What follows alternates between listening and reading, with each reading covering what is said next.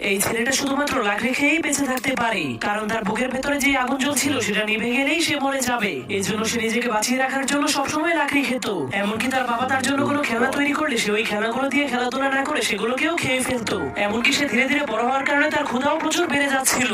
এই জন্য সে ক্ষুধা মেটানোর জন্য নিজের ঘরের ফার্নিচার এবং ঘরের চালকেও খেতে শুরু করে দেয়। কিন্তু একদিন যখন সে ঘরের পিলারকে খেতে শুরু করে তখন সেই পিলারের মধ্যে ফাটল ধরে যায়, যার কারণে পুরো ঘর ভেঙে তার উপরে পড়ে যায়। কিন্তু তার বাবা অনেক কষ্ট করে তাকে বাঁচিয়ে দেয়। তখন তার বাবার এত কষ্ট দেখে ছেলেটার মনটা অনেক খারাপ হয়ে যায়। এই জন্য সে কসম করে আর কখনোই সে লাকড়ি খাবে না। এরপরের দিন তার বাবা ঘুম থেকে উঠে তার ছেলেটাকে কোথাও খুঁজে পাচ্ছিল না। এই জন্য সে তার ছেলের পায়ের ছাপকে ফলো করে করে অনেক উঁচু একটা পাহাড়ের উপরে চলে যায়। তখন সে তার ছেলেকে একা দাঁড়িয়ে থাকতে দেখে জলদি করে তার কাছে চলে যায়। কিন্তু সে দেখতে পায় লাকড়ি না খাওয়ার কারণে তার ছেলের বুকের আগুনটা নিভে গিয়েছে। এর জন্য সে আগুন জ্বালানোর জন্য সেখানে ফু দিতে শুরু করে দেয়, কিন্তু তবুও কোনো লাভ হয় না। এর জন্য তার বাবা অনেক মন খারাপ করে তাকে মাটিতে শুইয়ে দেয়। এরপর তার হাতে তার তৈরি করে একটা খেলনা দিয়ে